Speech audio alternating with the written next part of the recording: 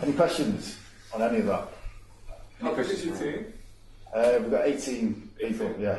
And how did you find onboarding of Horsefly? Did you have like a training period where you have to train the new people? Or yeah, so like with anything, so with data or anything that you're asking your team extra to do, at first we threw it over the fence and it didn't land. Yeah. And then using the sessions where you come in and set up a basic user group, yeah, and giving them the ability to ask questions about what it can do rather than saying just do this and do that, if that makes sense. So they pick it up slow. Some are better than others, some that use it and they're the better recruiters. I mean, the people that we've got recruiting nurses or therapists or psychologists or doctors, that's where they're really using it. What sort of numbers are you recruiting? So we're targeting 225 new starters a month at the moment. And is it all perm or is it contract as well? All that is perm, and then we have contracts as well. But no, the majority of what we're trying to do is permanent. Yeah. Any other questions? What's the success rate been since you started using this compared to what the methods were using before? As in, so how many hires do we get?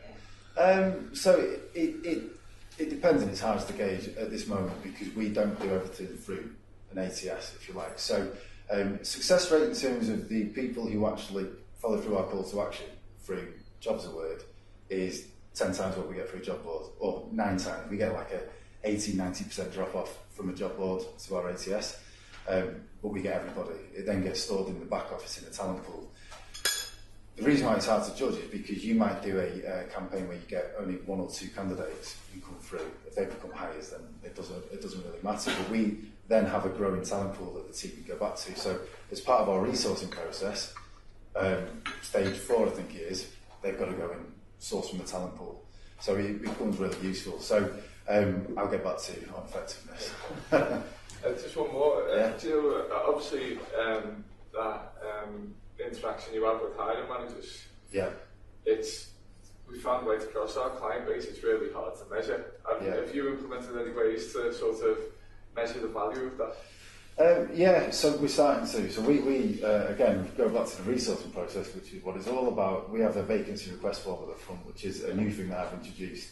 That gives you all the key detail. We then go back with, at the moment, 5 questions. So the 5 questions that we're asking relate to personas, because what you get, and it was a constant battle when I used to support this client when I was at the ad agency, it's weird, I was worked out, was that they send candidates through to a hiring manager who then say, well, you've not got the quality that we need. When that happens in our situation, I said, well, have you given us the criteria, the absolute criteria that you need to interview someone? But what we do is we relate it all back to these 5 questions. So we've got the vacancy request form, then we ask them for 5 questions, which actually we pulled from our personas and the research. Right. When we've done that, we don't get absolutely any comeback from them because it's actually them who said, that's the criteria we want, and we're sending people over. If the team then send over other people who don't fit the criteria, on their head be it. But at the moment, it's working really tight like that. You mentioned earlier that some of your recruiters are doing quite well with this in their day-to-day and some others aren't. Do you think there's a difference between any of their skills or attributes, or is it just that they need upskilling? There is. Is it a different sort of it's really straightforward. So I've just merged 2 teams. One team was a team of in-house recruiters who were actually pre-employment checkers, and the other team were resources. So whilst it's not kind of rocket science, it's been quite difficult to actually get to upskill them. So that's why, and we've also got a couple of new starters, but that's why you're coming in next week in this time. So we're addressing it. Yeah. What ACS do you use? Job training. Why do you use it? Why do you go to talent pool at the 4th stage of your recruitment process? Why do you not go to talent pool as your first? It's a good question, and it's one that I've pushed back on as well. But we have to be seen to be advertising externally. We've got some very sensitive managers who've got to see their advert out there, and it's got to be right. So that's one thing. We also look at internal candidates as well. That comes before that. I don't know if it's stage 4, but it's around there. So whilst it's kind of the same level as going to some CV databases, we've got numerous licenses at the moment. Quite often it's dead easy for the teams to jump those stages and go, well, actually, we're getting no response, nothing's working. We go back and say, well, actually, have you checked your talent pools? And it's the difference between the talent pool and their back office than the CV database is that they've actually applied at some point. And then you can go back to them as well, you can send another targeted email or whatever. It's not just recruitment messages, as in, will you please apply that we send out. You mentioned that you use the jobs to word. Yeah. No, sorry, the surveys.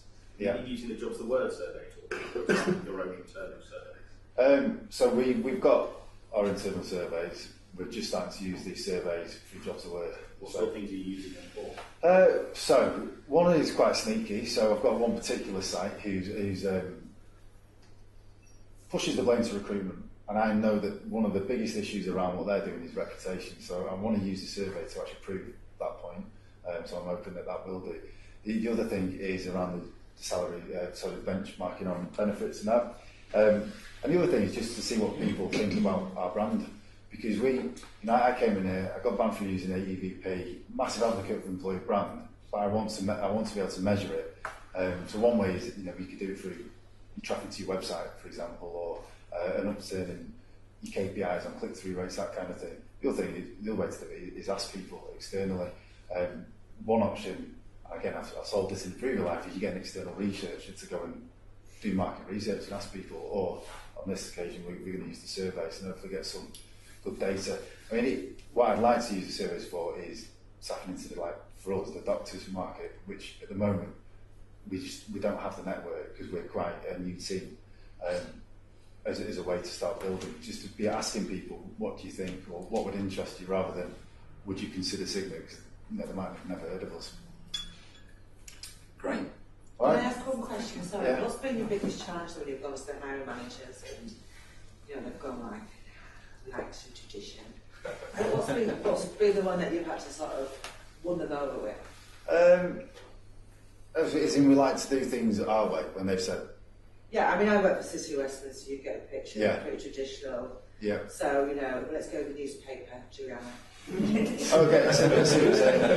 Let's go spend 25 grand and put an advert in. Yeah. So you can see why, for me, this is quite a big change.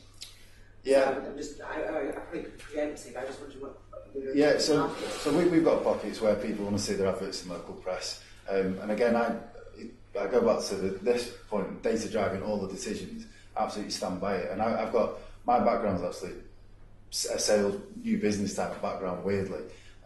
So when I see a manager who says, I want to see my advert in local press, I think, oh, happy days, it's like I'm going to get a sale here. So I prove it with the data, but again, I just show them what other people are doing. And give them all sorts of reasons why you wouldn't do that, or a leaflet drop on its own. As part of a blended campaign, maybe. Or I use a local press advert to prove it doesn't work.